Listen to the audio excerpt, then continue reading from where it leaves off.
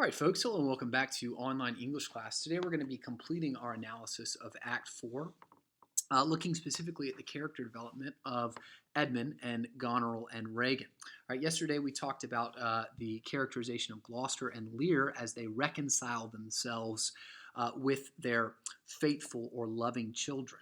Okay, juxtaposed to those characters who have been reconciled to a kind of law, right? The law of love, the natural law that human beings are compelled to treat each other justly, to extend grace to one another, and to love one another.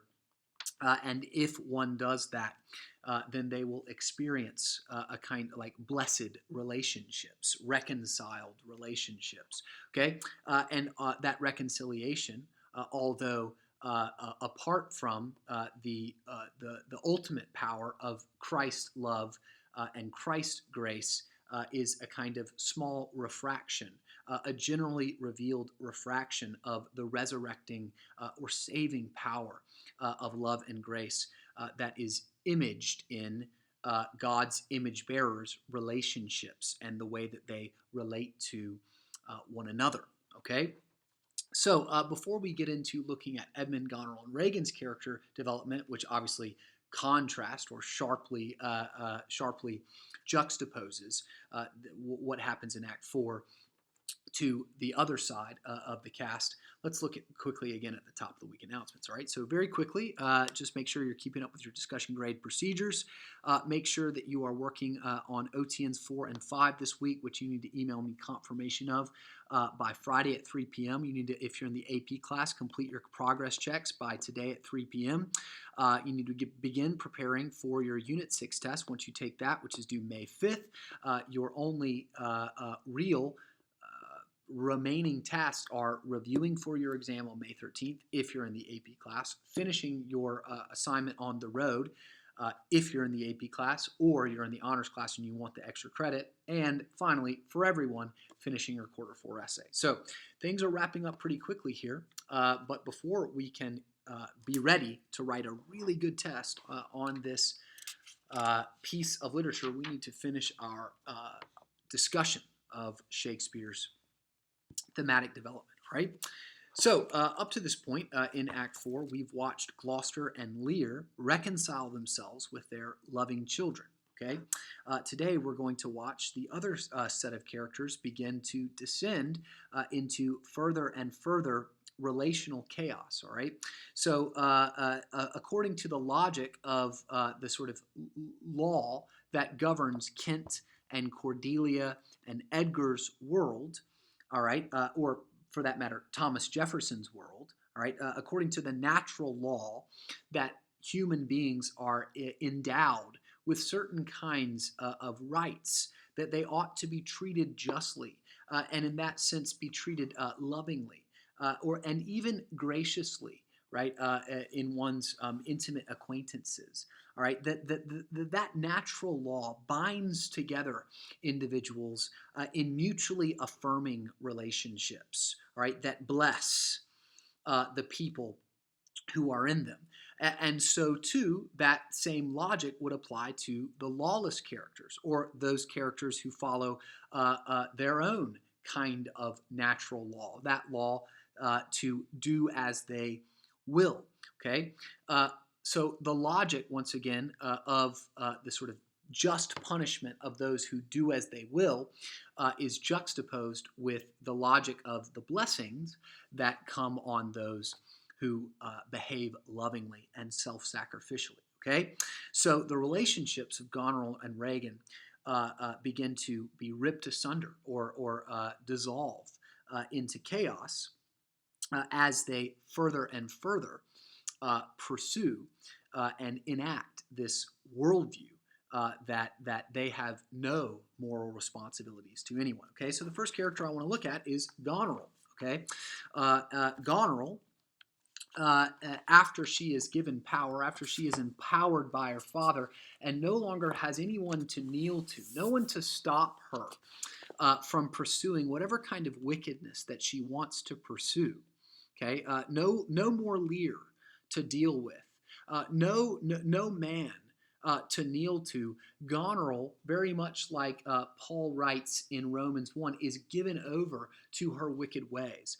And furthermore, her understanding of the good becomes so inverted, all right, that her new great obsession, her new greatest romance in her life, her new goal is to marry Edmund, all right, which is, once again, ironic because Edmund has proven himself, A, to be capable of hurting and harming and deceiving all of the closest people in his life to him, all right, and B, okay, is definitely using Goneril. He is manipulating Goneril very much like he's manipulated every other individual that he has a relationship with in the play.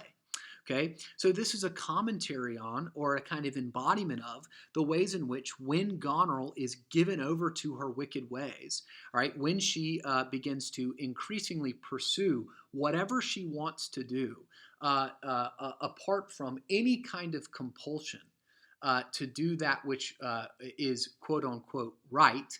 Okay, she enters into an adulterous relationship. She orders the death of her husband, Albany. Okay, she wants to kill him. She calls his virtue vain foolishness.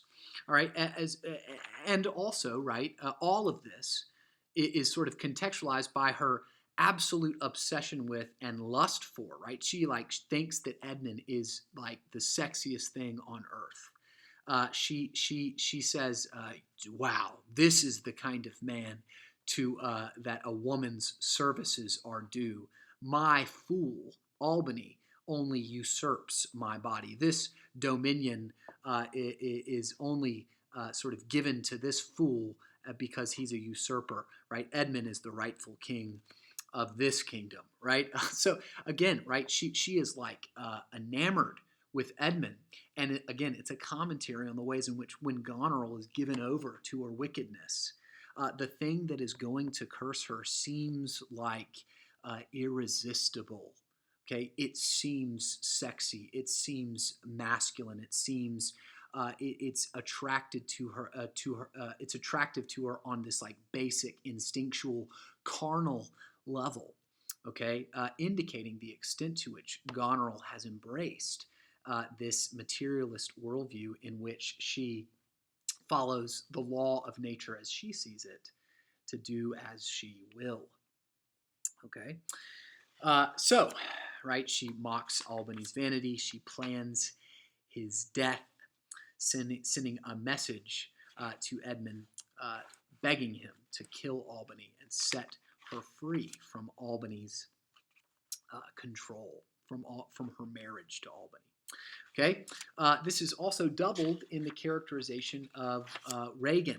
Okay, so Regan, in conversation with Oswald, who serves Goneril, right, again, sort of enters into this sort of confidant relationship with Oswald. Okay, I'm going to talk more about the irony of these sort of confidences shared between these characters, these secrets, these alliances built between these characters, right, in just a moment. But Regan also, doubling Goneril, wants Edmund, all right? She wants to marry Edmund. This is the kind of happiness, this is the kind of blessedness that she wills for herself, that this sort of brings together both her will to pleasure and her will to power. Okay, she wants to be the queen of the entire kingdom of Britain, and she wants to do it with the man, Edmund, as her husband. Okay, Cornwall has died. She finds it only reasonable that she should marry Edmund and they should rule together. Okay, so both of these characters, Goneril and Regan, are given over to this love, this lust, this obsession with Edmund, the embodiment of the worldview, this sort of symbol, the highest incarnation of a worldview in which one does what they will. Okay, they are given to that desire. Now, what are the consequences of that? Well, pretty much complete and utter relational breakdown. All right, even as they seek after, importantly, because they are human beings, relationships. Okay, watch. First of all, Goneril and Reagan's relationship as sisters is completely undermined. They are about to. They are not only in competition for Edmund, okay, which makes them hate each other. Goneril rejoices when she discovers that Cornwall, her sister's husband, has died. But the only reason why she's kind of sad, even though Cornwall was a man of power, is that Reagan's now free to marry Edmund. Right? So, in other words, right, the sympathy, the loving relationship that ought to become natural to these the sisters, blood sisters, the natural empathy is completely lacking. All right, as Goneril rejoices at her sister's suffering, and only is sad to hear that perhaps Reagan will get to marry the man or have the opportunity to marry the man that Goneril clearly wants. Right? And also, they are temporary allies in this war against Cordelia, but both plan to betray one another as soon as that war is over. Okay?